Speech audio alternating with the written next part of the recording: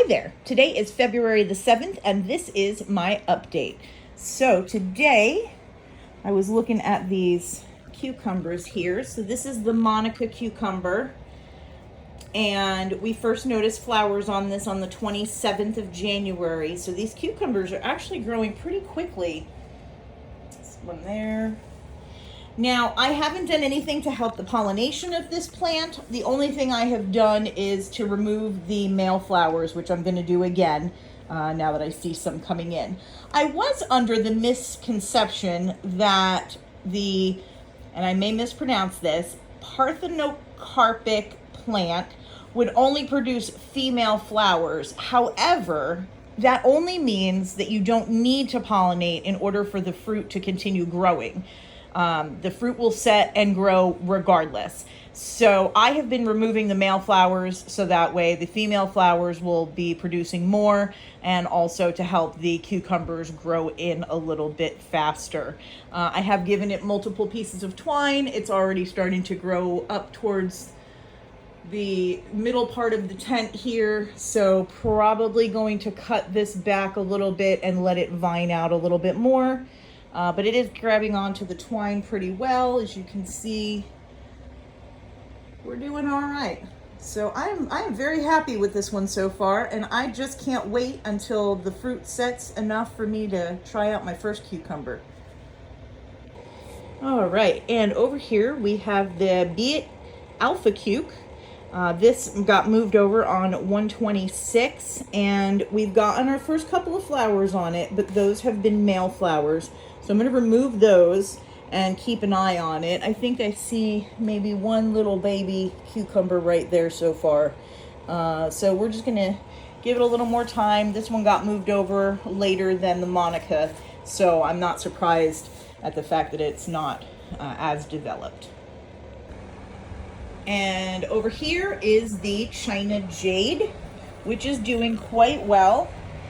It seems to be pretty happy. It's grabbing onto, this is crazy, look at that.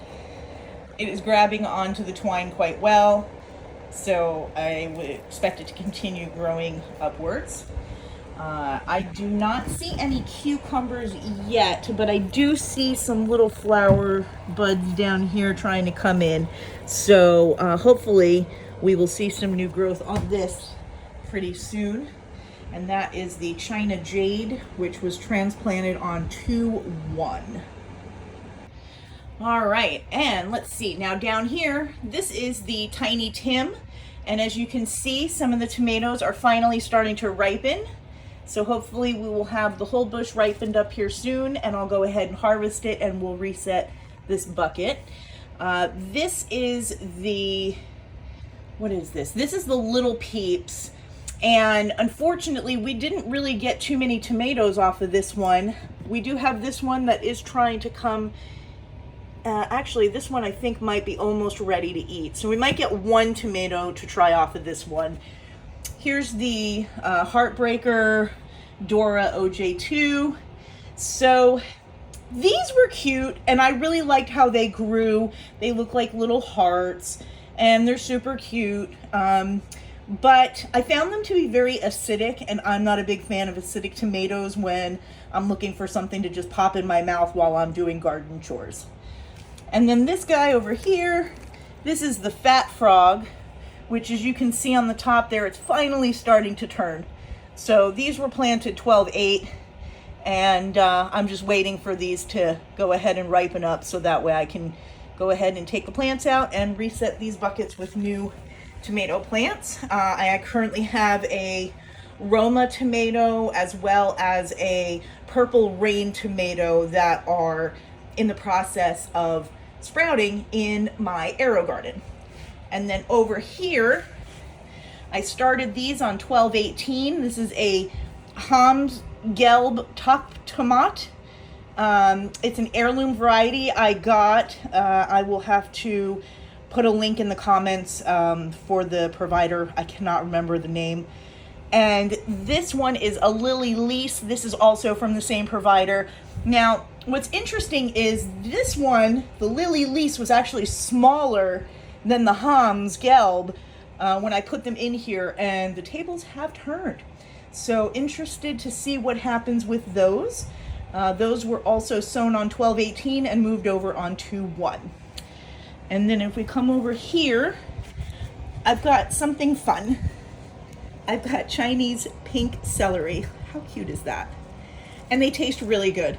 I'm not sure how big these are gonna get. I did not expect all 3 seedlings to survive. They have, so we're just gonna go ahead and let them do their thing and see what happens. Over here, I have a pink Mizuna, and I have 2 of the Hilton cabbages over there. These are the Hilton Chinese cabbage. I really like these. I put these in my saute. I will chop them up and throw them in pasta sauce, all kinds of dishes, and they're super good, and I think they add a nice little flavor.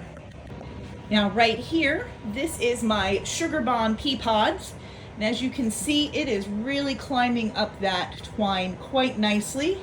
I have gotten 4 pods off of this already.